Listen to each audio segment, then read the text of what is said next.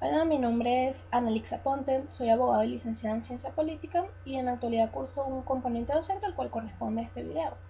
Me corresponde hablar sobre estrategias, métodos y técnicas educativas, iniciando por la estrategia, el ensayo. Cuando hablamos del ensayo nos asociamos a esas formas que tienen los estudiantes para que les resulte mucho más fácil el aprendizaje, es decir, cómo elaboran, cómo organizan los contenidos y la información para poder procesar mucho más fácil la información. Estas técnicas de ensayo pues implican la repetición activa de los contenidos, bien sea diciéndolos, escribiéndolos y centrarse en partes claves de ellos. Muchos de estos términos son por lo menos repetir en voz alta, algunas reglas memotécnicas, copiar el material objeto de aprendizaje, tomar notas literales o el subrayado. Sin embargo, a mí me gustaría mencionar dos aspectos, los memorismos y la memotecnia, como técnicas de ensayo o estrategias de ensayo. En general, estrategias de ensayo, no técnicas, sino estrategias. ¿Por qué estrategias? Porque esas son las que nos permiten elaborar y procesar mucho más fácil la información. Sin embargo, quiero hacer un paréntesis hablando de la memoria. La memoria nosotros la asociamos, es muy asociada como un músculo. Sin embargo, no porque este lo sea, sino por la forma en que trabaja la memoria. Es decir, mientras más se ejercita, mejor funciona. Entonces nosotros tenemos en nuestro potencial la mejor computadora que existe. ¿Por qué? Porque nosotros utilizamos la computadora bien sea para acceder a la información, para guardar cierta información, pero la memoria es muchas veces catalogada como la mejor computadora porque puede procesar mucha información e incluso como una caja en la que mientras más información guardo, mientras más cosas guardas, más le cabe. Entonces nosotros tenemos que aprender a utilizar esta memoria y las dos técnicas más utilizadas por la técnica más utilizada por los estudiantes son los memorismos, pero debemos diferenciar los memorismos de la memotecnia y de ahí va a radicar mi ejemplo de estrategia de ensayo. ¿Cómo inicia esta estrategia de ensayo? Los memorismos es la repetición que nosotros hacemos de alguna información. Imaginemos, yo quiero aprender cómo es la propiedad conmutativa. Bueno, repito infinidad de veces el orden de los factores no altera el producto, el orden de los factores no altera el producto, el orden de los factores no altera el producto. Yo utilizaba mucho esta técnica cuando estaba en esa edad escolar y también lo utilicé en la universidad cuando necesitaba aprender algún término en latín, considerando que estudié en Derecho. Entonces, por lo menos nos decían, tienen que aprender el concepto de justicia en latín. Entonces yo empezaba a repetir Justitia et contane perpetua voluntatis sunt quic tribuendi. Justitia et contane perpetua voluntatis sunt quic tribuendi. Lo repetí hasta que por cansancio mental esa información quedaba guardada aquí en mi cerebro. Sin embargo, esta es la técnica, considero que es la técnica más usada porque cuando en mi experiencia educativa, tanto a nivel escolar como ya iniciando en la etapa universitaria, notaba que muchos de mis compañeros al momento de realizar las exposiciones, pues empezaban a leer el texto y lo repetían, leían el texto y lo repetían, leían el texto y lo repetían, hasta que simplemente era como si hicieran una especie de lectura del texto, pero hablándolo ellos. ¿Cómo funcionaba esto? A través de los memorismos. La memotecnia es algo diferente, porque yo considero la memotecnia como la memoria inteligente. Imaginando por qué, porque funciona nos ayuda de tres maneras. La primera es la alta velocidad del aprendizaje, la segunda es la precisión que tiene la memoria inteligente o la memotecnia, y la tercera es la duración en el tiempo. Imaginemos, el memorismo, ¿cuánto nos toma aprender la propiedad conmutativa? Bueno, el orden de los factores no altera el producto, el orden de los factores no altera el producto, el orden de los factores no altera el producto. ¿Cuánto tiempo puedo gastar repitiendo eso hasta que en mi cerebro quede guardada esa información? Toma mucho tiempo. La memoria inteligente es diferente. Toma un tiempo mucho más breve. Es decir, yo lo pienso, lo escucho o simplemente lo veo y ya yo sé cuál es la información que yo necesito. Lo segundo, dijimos que era la precisión. Entonces, en este caso, ¿cómo sería la precisión? Cuando estamos exponiendo y nos damos cuenta que nuestros compañeros caletrearon toda la información, les haces una pregunta o ellos mismos van exponiendo y dicen, profesor, ya va, yo lo tengo en la punta de la lengua, yo sé que eso se parece a, y no debería ser así, sino que simplemente yo debería tener esa información de manera muy precisa. Y lo segundo es la duración, y lo tercero es la duración en el tiempo. Es decir, si yo voy a aprender eso por una semana, un día o para todo el resto de mi vida, que serían los datos perpetuos. Entonces, ¿cómo funciona la memotecnia? Yo tengo un primito que tiene 9 años actualmente y él utiliza la memotecnia para estudiar. Una de las representaciones más claves y la que quise utilizar para explicar esta estrategia, para utilizarla de ejemplo, es cómo él se aprendió el Cabudare y el municipio palavecino. La capital del municipio palavecino es Cabudare. Y asociar ese el término Cabudare y palavecino. Yo tengo una tía que vive en Cabudare, se llama Marisela. Y entonces mi primito utilizaba, bueno, yo necesito aprender Cabudare, tengo que asociarlo con palavecino, ¿cómo lo hago? Entonces él empezaba, bueno, mi tía Marisela vive en Cabudare y ella le pidió prestada la pala al vecino, así asociaba que era palavecino. Cuando iba a realizar el examen se le hacía mucho más fácil. ¿Tomó mucho tiempo para llegar a esta conclusión? No, simplemente escucha Cabudare, mi tía Marisela vive en Cabudare y le pidió el prestada para el vecino, Cabudare para el vecino. Inmediatamente hacía esa relación, no gastó cantidad de tiempo para poder aprenderlo, no tuvo que repetir Cabudare para el vecino, Cabudare para el vecino, Cabudare para el vecino. Lo segundo era la velocidad, esa era la alta velocidad. Lo segundo era la precisión. Inmediatamente cuando veía Cabudare lo asociaba con palavecino, o cuando veía palavecino lo asociaba con Cabudare. Y lo otro era la duración en el tiempo. Eso lo estudió él hace 2 años y en la actualidad todavía recuerda que Cabudare va asociado con palavecino. Entonces de esa manera vemos cómo la memotecnia es esa memoria inteligente que tenemos. Y esto nos ayuda de gran manera a procesar mejor la información. Simplemente es buscar algo que nos relacione, algo que a nosotros nos guste, de la manera que nosotros aprendamos a trabajar mejor y a procesar mejor esa información. Muchas veces algunas personas tienden a escribir hasta que memorizan esa información que necesitan o esos términos. Sin embargo, yo considero que a través de la memotecnia, pues es una estrategia de aprendizaje mucho más fructífera en relación a los memorismos. Sin embargo, todos estos van en relación a las estrategias de ensayo. Lo segundo que me correspondía hablar era del método tradicional dogmático. Bien, el método tradicional dogmático es uno de la clasificación de los métodos que existen en la educación, y esto corresponde más que todo a la autoridad del docente en las aulas. Esto se utilizaba mucho en la época medieval. Yo considero que en la época de mis abuelos ellos estudiaban de esa manera. Incluso en mi época yo estudié de esa manera, donde el docente era el que tenía la información y nosotros teníamos que aprender lo que él tenía. No podíamos contravenir las ideas, no había esa libertad educativa. Y es algo que incluso en la educación actual se mantiene. Bien, ese es el método tradicional dogmático. A continuación colocaré un video para que se vea más o menos esta representación. Este video es de 1978, sin embargo vamos a ver la gran relación que guarda con la educación actual.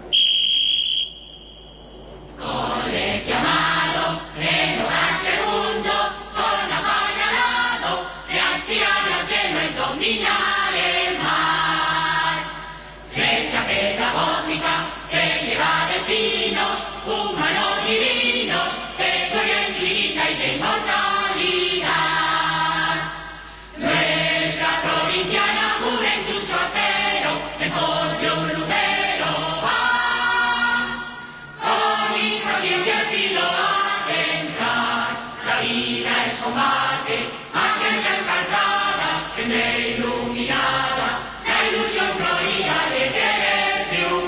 ¡Canten todos!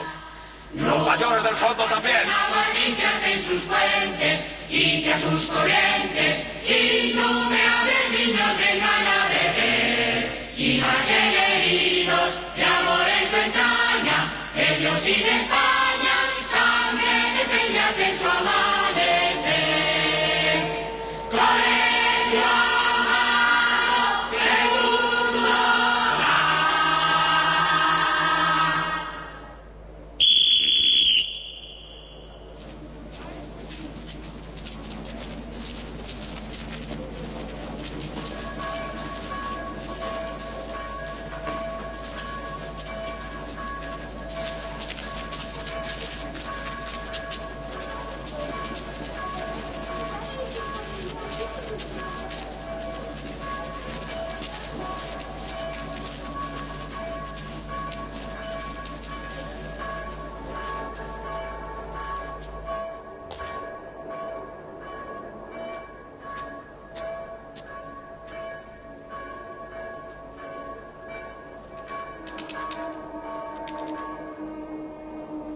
El colegio se está inundando de esta bazofia. Esta mañana, en una clase de mayores, ha aparecido esta porquería. Además, quieren camuflar y engañar, creyendo que así consiguen algo. Antes de que el mal se propague demasiado, es mejor que lo cortemos de raíz. ¿Usted sabe quién fue Azaña? ¿Y usted? ¿Usted sabe quién fue Azaña? Con H o sin H, hermano. A ver, Bedmar. Un político. Un político. Un político, sí, pudiera ser. Pero ¿qué clase de político? Yo se lo voy a decir. Un político ateo. Un ateo masón y un anticlerical, cuya principal obsesión fue perseguir a la Iglesia y a los hermanos. Esto no lo sabía, ¿verdad? ¿Quién le ha hablado a usted de Azaña? En casa. Se lo he ido a decir a mi padre. Lo que seguramente no le habrá dicho su padre es que Azaña, como tantos otros, como Voltaire, como Lutero, a la hora de su muerte, viendo próxima la condenación eterna, pidió confesión. Pero ya era tarde. ¡Ay, la condenación eterna! La eternidad. ¿Ustedes saben lo que es la eternidad? Imagínense una masa de hierro o de acero como este colegio. ¿Qué digo como este colegio? Como 10 colegios como este. Sólida, maciza, enorme. Imagínense que un pequeño gorrión rozara cada millón de años. ¿Qué digo un millón? 1.000.000 de millones de años con su ala a esa masa inmensa. Habría una pequeña, una casi inexistente erosión. Llegaría un momento en que la masa de hierro desaparecería. ¿Calculan cuántos años podrían haber pasado? Pues todavía no habría empezado la eternidad. ¿Puedo ver esos apuntes?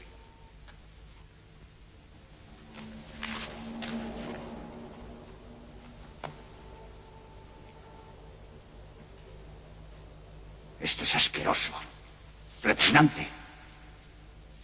Salga de clase inmediatamente.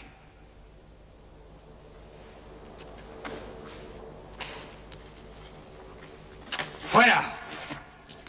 No quiero verle más.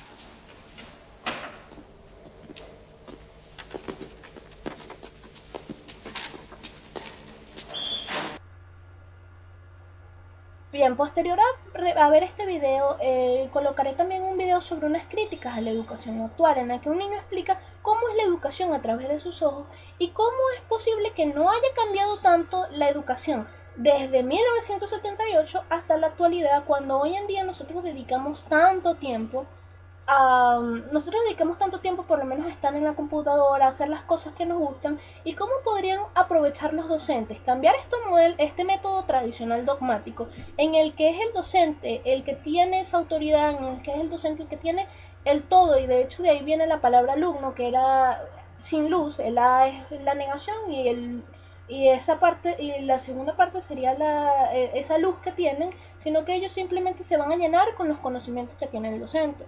Pues en la actualidad se ha tratado de ir cambiando estos modelos tradicionales por unos modelos mucho más adaptados a la sociedad, donde el alumno también posee cierta información, también es parte del aprendizaje, y pues sí se ha ido tomando en cuenta, igual como las técnicas de información y comunicación, que hoy en día son tomadas en cuenta para realizar el aprendizaje, tomando en consideración también que por lo menos yo estoy realizando este componente docente de manera virtual. Entonces vamos empleando un poco las técnicas de información y comunicación en la actualidad. Sin embargo, no hay que descartar que el modelo tradicional dogmático es el que prevalece más que todo en la educación, en las primeras educaciones que nosotros tenemos, bien sea a nivel de preescolar, a nivel de educación básica, media y diversificada, pues nosotros vamos teniendo ese modelo tradicional dogmático donde es el docente el que enseña, donde es el docente el que representa esa autoridad, y el alumno no tiene tanto esa facilidad. Y como ejemplo voy a poner esa crítica a la educación tradicional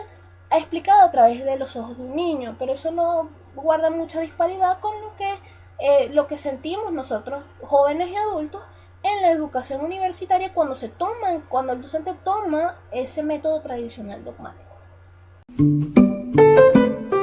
Pero, ¿cómo voy a estar atento en clase? Datos y datos, fórmulas, información. Si ya no me acuerdo de lo que estudié el año pasado.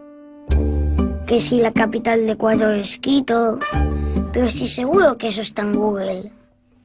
Me parece que nos enseñan igual que antes. Nos educan igual que a mis padres y a mis abuelos. Y a los padres de mis abuelos. Así es difícil estar motivado. Ahora se ha puesto de moda decir que tenemos TDA, porque creen que no atendemos en clase. Algunos niños sí que tienen un problema y les dan pastillas. ¡Todo pastillas! Pero a otros lo que nos pasa es que estamos muy aburridos. Porque con las cosas que nos gustan podemos pasarnos horas y horas. ¿Por qué en lugar de darnos pastillas no intentan motivarnos? Para que seamos creativos, para que inventemos, para que soñemos, que nos den ganas de aprender. Pero si vivimos en una época súper chula, tenemos el mundo a nuestro alcance, con un clic. Yo me paso horas navegando por internet, mirando vídeos, jugando. No sé, es que en el cole me duermo. Para finalizar, voy a hablar de la técnica del debate, el cual consiste en un grupo reducido de personas que como tal exponen temas controversiales y en contraposición de ideas, y esto va generalmente acompañado o orientado por un moderador. Esta técnica es muy beneficiosa para el aprendizaje, considerando que no solamente nos ayuda a trabajar en equipo, ya que a pesar de ser un grupo reducido de personas, pues se trabaja en equipo y es necesario pues aprender a coordinar, a trabajar con ellos para poder considerar cuáles van a ser los argumentos que va a tener el equipo como tal en contraposición con el del otro equipo. Entonces en ese sentido nos hace pues trabajar en equipo. Lo segundo sería que desarrolla nuestras habilidades argumentativas y discursivas. Asimismo nos ayuda a planear, organizar la información, ya que esto requiere principalmente pues que se investigue exhaustivamente sobre el tema, considerando la opinión de otros autores o de otros pensadores en relación a ese tema, para reforzar nuestra opinión, ya que no va a ser simplemente una opinión dicha porque sí, sino que es una opinión crítica, reflexiva y que surge a través de una lectura exhaustiva, una investigación exhaustiva en relación a un tema. De esa manera pues aumenta o ayuda al estudiante con las habilidades argumentativas, habilidades discursivas, el pensamiento crítico y el pensamiento reflexivo. De esa manera pues terminaría el video en relación a la estrategia, métodos y técnicas educativas.